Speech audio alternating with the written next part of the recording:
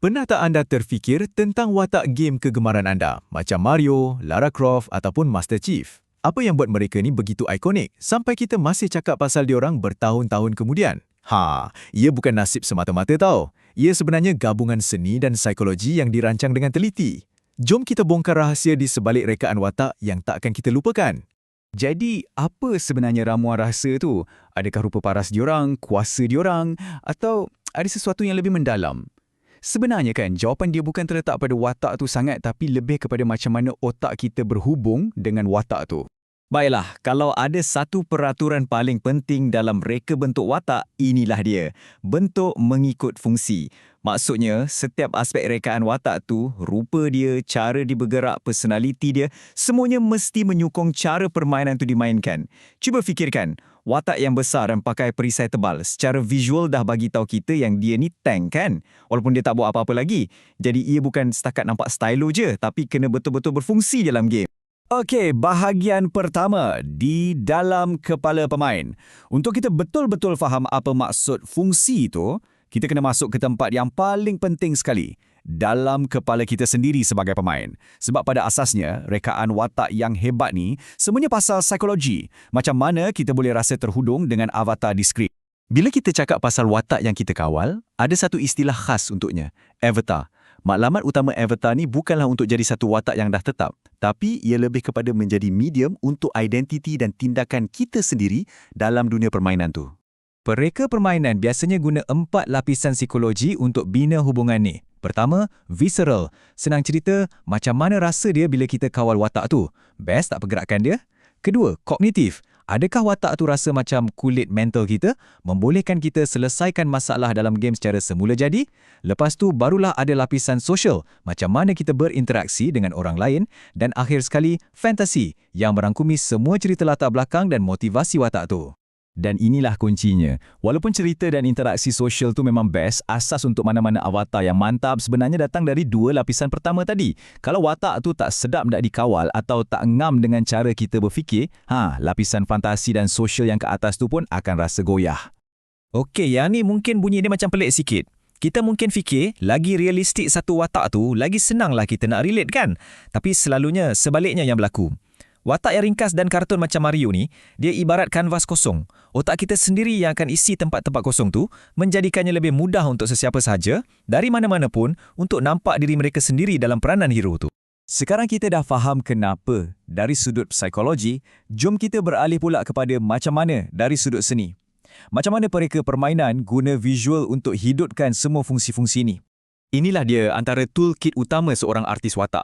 Daripada bentuk keseluruhan watak atau apa yang kita panggil siluet sehinggalah ke cara dia bergerak dan warna yang dia pakai. Setiap elemen visual ni main peranan penting untuk bagi tahu kita siapa watak ni, selalunya tanpa perlu cakap sepatah perkataan pun. Jom kita tengok satu alat yang sangat berkuasa ni, siluet. Kalau anda boleh kenal satu watak tu hanya dari bayang-bayang dia, itu tandanya rekaan dia memang menjadi. Dalam permainan yang laju dan kelam kabut, kebolehan untuk kenal pasti siapa kawan dan siapa lawan dalam sekelip mata tu sangat penting untuk gameplay, bukan setakat pilihan estetik je. Dan jangan kita lupakan kuasa wajah. Dengan teknologi moden, muka watak bukan sekadar hiasan tau. Kerlingan mata watak anda tu mungkin boleh arahkan perhatian anda ke satu petunjuk penting. Atau senyuman sinis dia boleh bagi amaran pasal pengkhianatan yang akan datang. Ia adalah penceritaan senyap yang menambah satu lapisan kedalaman yang luar biasa pada permainan. Sebuah permainan bukan hanya pasal avatar kita seorang kan? Ia adalah sebuah dunia yang penuh dengan pelbagai watak lain. Jom kita tengok macam mana mereka membina watak-watak sokongan ni dari sekutu sampailah ke musuh. Watak bukan pemain atau NPC ialah semua watak lain yang buat dunia game tu rasa hidup. Tak kiralah dia tu peniaga kedai yang mesra ataupun raksasa yang menakutkan. Dan teka apa? Peraturan emas yang sama tu terpakai untuk diorang juga. Bentuk mereka mesti ditentukan oleh fungsi mereka dalam dunia anda. Ini contoh macam mana mereka merancang fungsi musuh. Sebelum diorang lukis satu garisan pun, diorang dah tetapkan semua atribut macam tingkah laku dan serangan. Jadi, untuk Grunt ni, rupa visual dia nanti akan mencerminkan semua spesifikasi ni. Perisai dia nampak ringkas sebab health dia rendah. Senjata dia besar sebab dia serang jarak dekat. Gaya dia berdiri nampak agresif sebab dia akan serang bila nampak kita. Nampak tak? Bentuk ikut fungsi. Ini membawa kita ke satu tugas yang amat penting, pengimbangan watak, terutamanya dalam permainan berbilang pemain. Kalau satu watak tu terlalu kuat, semua orang akan pilih dia dan game pun jadi bosan. Sebab itulah mereka sentiasa ubah suai watak-watak ni untuk pastikan setiap pilihan tu berdaya saing. Matlamat dia, kepelbagaian strategik, di mana pilihan kita tu ada maknanya.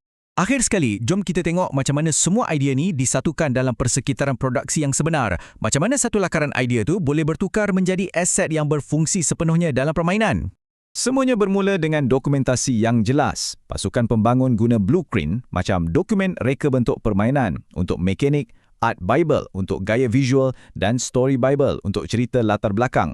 Dokumen-dokumen ini sangat penting untuk pastikan semua orang, tak kira artis, programmer atau penulis, semua sedang membina watak yang sama dari vision yang sama. Dan inilah perjalanan production tu sendiri, langkah demi langkah.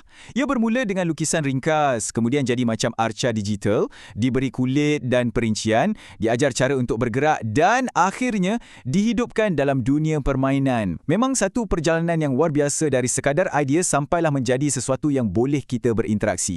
Jadi sebagai penutup, saya nak tinggalkan anda dengan soalan ni. Lain kali bila anda main permainan video, cuba perhatikan betul-betul. Macam mana anda berhubung dengan avatar anda? Adakah ia terasa macam lanjutan semula jadi diri anda? Sebab bila kita faham semua ni, barulah kita betul-betul boleh hargai seni dan sains di sebalik watak-watak yang kita gemari.